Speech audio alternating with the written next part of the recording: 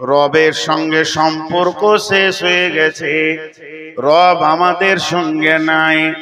গোটা কোরআনটা কার না আল্লাহর, কোরআনের ভাষাগুলি কার না আল্লাহর, কোরআনের রচনা শৈলী কার না আল্লাহর, কোরআনের ঝংকার কার না আল্লাহর, কোরআনের যুক্তি জ্ঞান আদেশ নিষেধগুলি কার না আল্লাহর। এত কিছু আল্লাহর। 114টি সূরা দিয়েছেন তো আল্লাহ সূরাগুলি দিয়েছেন। একটা সূরার নাম বাকারা, আর একটা সূরার নাম আল ইমরান, আর একটা সূরার নাম নিসা, একটা সূরার নাম মায়েদা। এইভাবে প্রত্যেকটি সূরার একটা একটা নাম আছে। কিন্তু যে রব্বুল আলামিন কোরআনটা আমাদেরকে দিলেন, সেই রবের নামে একটাও সূরা নাই। সূরাতুল আল্লাহ এরকম কোন সূরা নাই। তিনার জাতি নাম হচ্ছে আল্লাহ। আল্লাহ নিজের পরিচয়ের ওপরে কোনো সূরা দিলেন না, তবে তার গুণের ওপরে, সিফতের ওপরে আপনার একটা সূরা দিয়েছেন, সূরাতুর রহমান। রহমান কিন্তু আল্লাহর নাম নয়, আল্লাহর গুণ। আল্লাহ হলেন মেহেরবান, এর জন্য আল্লাহ রহমান। তাছাড়া আল্লাহ বলে কোনো সূরা নাই। তাহলে মুসলমান, হে মুসলমানের ছেলে, তুমি তোমার রবের পরিচয় দাও। এখন একটা খ্রিস্টানের ছেলেকে ডেকে নিয়ে আসেন, তোকে বলেন তোমার রবের পরিচয় দাও। ওরা বলবে আমরা তিন আল্লাহর পূজা করি। ঈসা হলো আল্লাহর পুত্র, আল্লাহ। মারিয়াম তার বিবি, এক আল্লাহ। আল্লাহ হলো এক আল্লাহ, অতএব আমরা তিন আল্লাহর পূজা করে। একটা ইহুদিকে নিয়ে আসেন, ইহুদি বলবে আমরাও তিন আল্লাহর পূজা করে। একটা আল্লাহ আল্লাহ, আল্লাহর বিবির নাম মারিয়াম, আল্লাহ সন্তানের নাম মুসা, আমরা এরকম তিন আল্লাহর পূজা করি। একটা হিন্দুর ছেলেকে নিয়ে আসেন, ওকে জিজ্ঞেস করেন তোদের রবের পরিচয় দে, আল্লাহর পরিচয় বল। ও বলবে আমাদের আল্লাহ হলো রাম, আর রামের বিবির নাম সীতা, মায়ের নাম হলো কৈকেয়ী, আর বাপের নাম হলো দশরথ। সেও তার আল্লাহর পরিচয় দিল। এইভাবে যতজনকে ধরবেন, বৌদ্ধদেরকে ধরবেন, সে তার পরিচয় দেবে। মাজুসিকে ধরবেন, অগ্নি পূজককে ধরবেন, তারা নিজের নিজের আল্লাহর পরিচয় দেবে। হে মুসলমান, তোমার কি মন চাই না তোমার রবের পরিচয়টা কি? আল্লাহ তাবারাক ওয়া তাআলা তার রবের, তার নিজের পরিচয় দিতে গিয়ে কোরআনে একটি ছোট্ট সূরা দিয়েছেন। তবে সূরাটার নাম নয় আল্লাহ, তবে গোটা সূরাটাই হলো আল্লাহর পরিচয়। সূরাটার নাম হচ্ছে ইখলাস।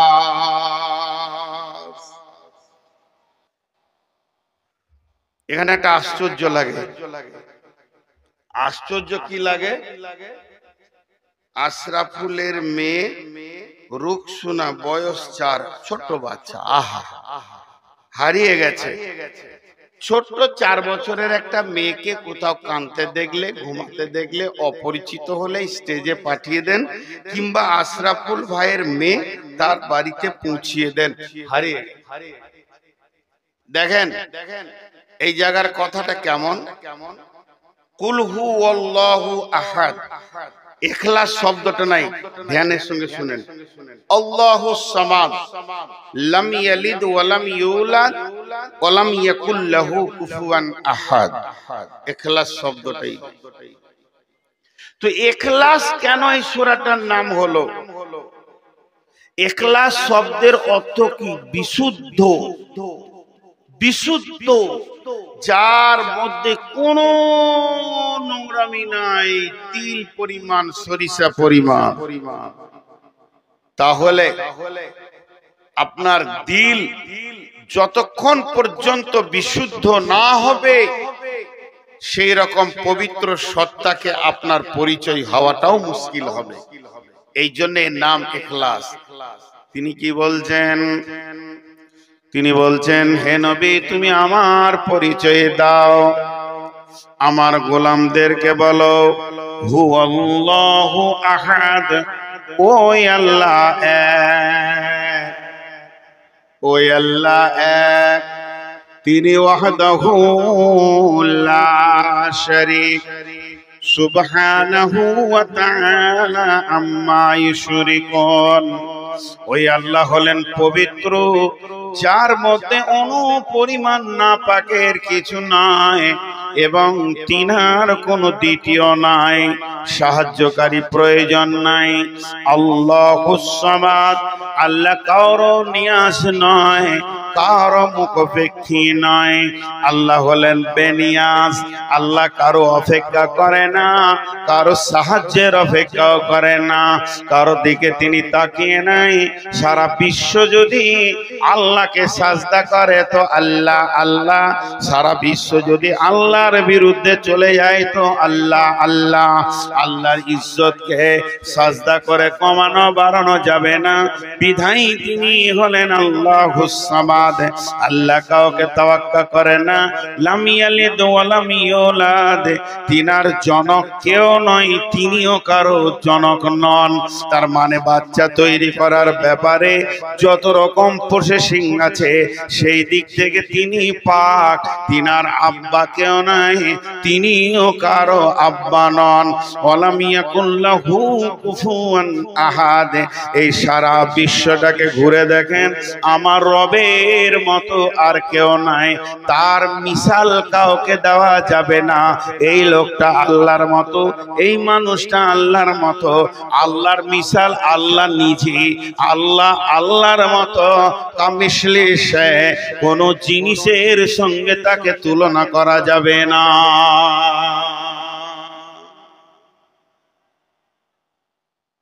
লোক উঠছেন কেন গো? এক দুই করে যেতেই আছেন। আপনাদের বিরক্ত লাগছে নাকি? একটু সবর করেন, কারণ আরো একটু যখন আয়াতুল কুরসিটাকে ধরবো তখন আরো ভালো লাগবে। আপনা আমার ভিতরে রবের পূর্ণাঙ্গ পরিচয় নাই আমাদের কাছে। সাহাবা রাদিয়াল্লাহু মাজমাইনদেরকে বিশ্ব নবী সবথেকে বড় কাজ যেটা করেছেন, বান্দা আল্লাহ আল্লাহ বান্দা কানেক্ট করে দিয়েছেন, পরিচয় করে দিয়েছেন যে আল্লাহকে কিভাবে পাওয়া যায়। আর সাহাবীরা হাতে নাতে আল্লাহকে পেয়েছেন। এর জন্য এদের মনোবল, এদের বুকের বল, এদের আখিরাতের ব্যাপারে বল, তিনটে বল এরা নিয়ে, তিনটে শক্তিকে নিয়ে এরা টিকতে পেরেছে। আর আমাদের পরিচয় না থাকার কারণে আমি নিজেই তো সন্দিহান, আমি নিজেই তো ধোঁকার মধ্যে আছি যে আমার রব আমাকে কতটা ভালোবাসবে আমি জানি না। জি, এবার আল্লাহ কি বলছেন? তাবারাকাল্লাযী বিয়াদিহিল মুলকু ওয়া হুয়া আলা কুল্লি শাইইন কাদির।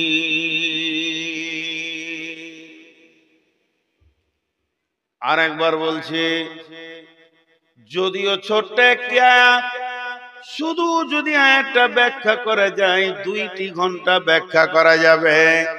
তাবারাকাল্লাযী, বরকতময় ওই যার মধ্যে কোন রকম খাসারা নাই, ঘাটিয়া নাই, শুধু বরকত আর বরকত আছে। যার ভিতরে, যার হাতের ভিতরে, যার মুষ্টির ভিতরে বরকত আছে।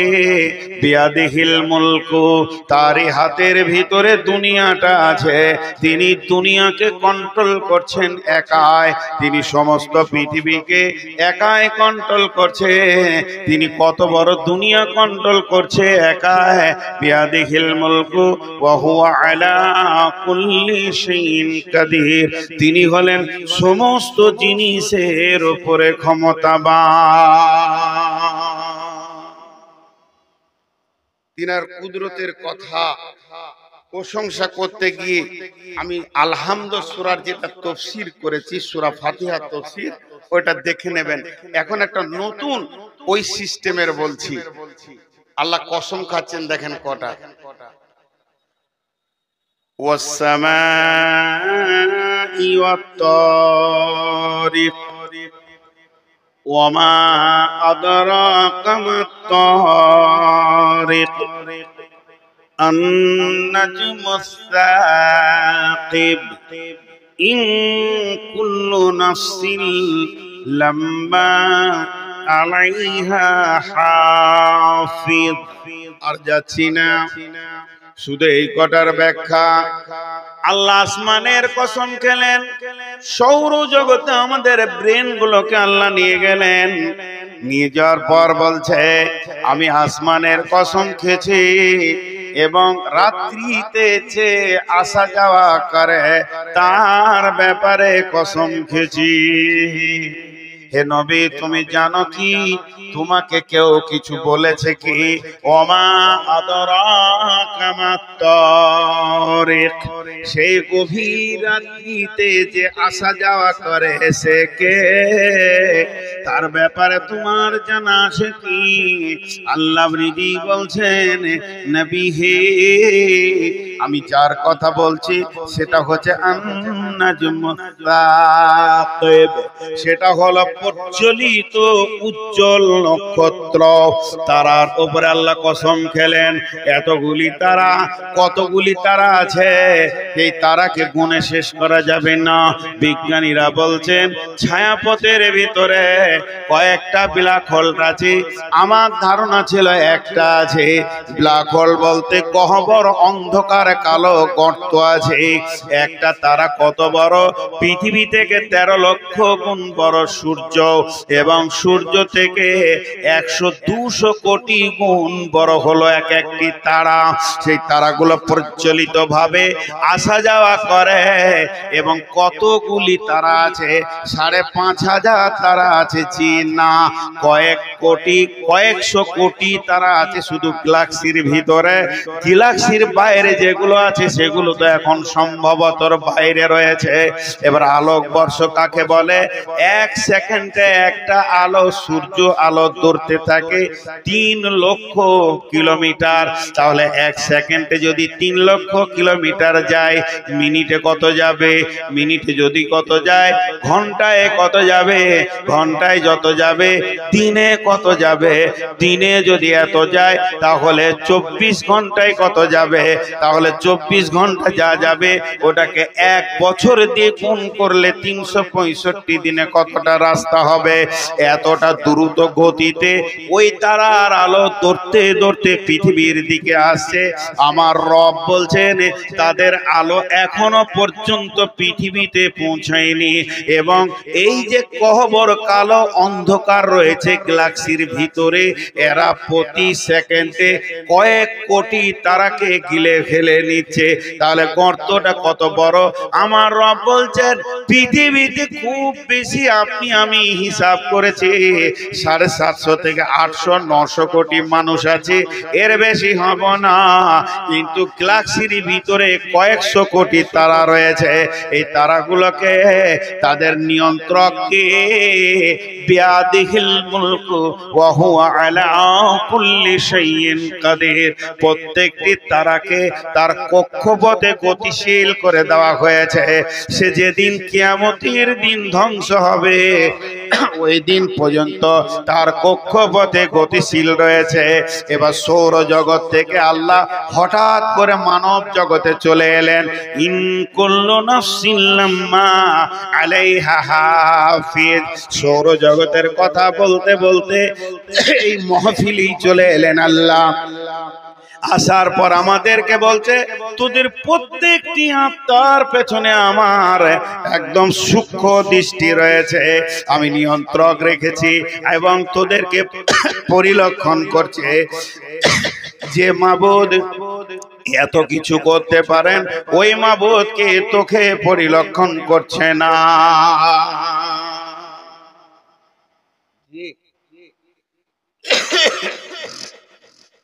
এই তারাগুলোর শেষ বিচার কি করেছেন আল্লাহ কোরআনে? সূর্যের শেষ বিচার আল্লাহ কি করেছেন? তারার শেষ বিচার কি করেছেন আল্লাহ? তারা এবং সূর্যের শেষ বিচার আল্লাহ করেছেন ইযা শামসু কুব্বিরাত ওয়া ইদান নুজুমুন কাদারাত ওয়া ইদাল জিবালু সুইরাত। আসমান ভাঙবে, সৌরজগৎ ভাঙবে, গ্যালাক্সি থাকবে না, ব্ল্যাক হোল থাকবে না, নক্ষত্র থাকবে না, সব বিক্ষিপ্ত হয়ে যাবে। এর জন্য আল্লাহ সৌরজগৎ থেকে নেমে মানুষের ভিতরে ভিড়ে ঢুকে গিয়ে বলছে, বিশ্ববাসী রে, আমি ওই রব একই সঙ্গে এতগুলো তারাকে নিয়ন্ত্রণের ক্ষমতা যখন রাখি, তোদের 800 কোটি, 900 কোটি, 750 কোটি, 500 কোটি যতগুলি মানুষ আছিস, সবগুলোর দিকে আমার সূক্ষ্ম নজর রয়েছে। তোদের ব্যাপারে, তোদের ক্যালকুলেশন করার ব্যাপারে আমি বড় মজবুত। ইন কুল্লু নাফসিন লাম্মা আলাইহা হাফিজ, আমি প্রত্যেকটি আত্মাকে একদম সুন্দর করে পরিলক্ষণ করি। তোদেরকে একটা রোডে ছেড়ে দিয়েছি, তোদের রোডের শেষের নাম হচ্ছে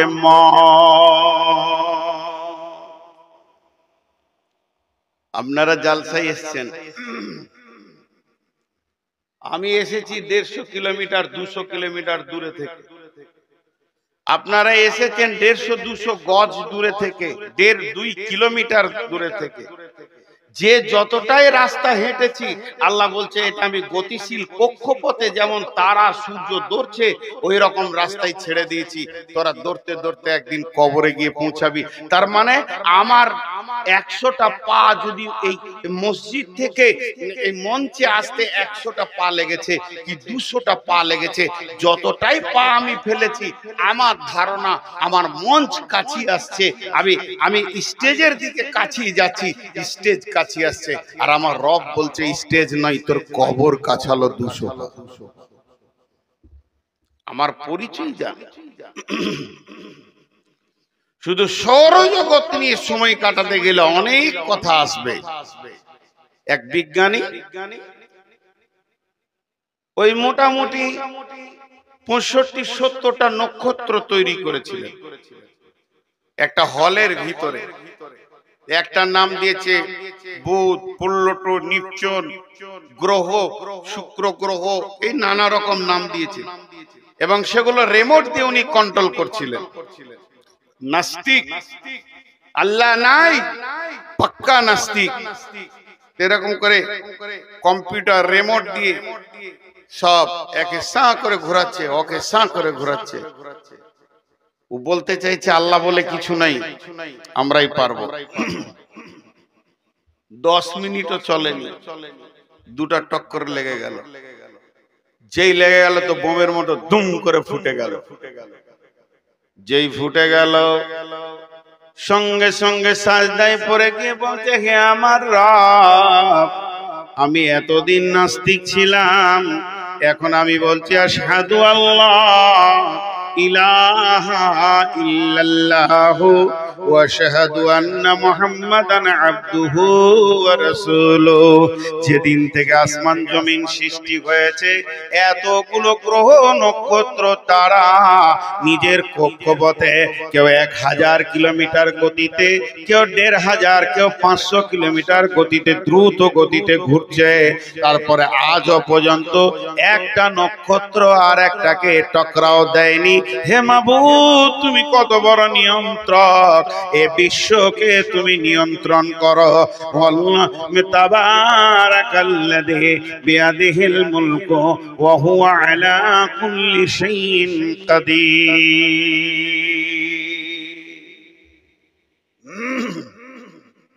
শুধু এইটা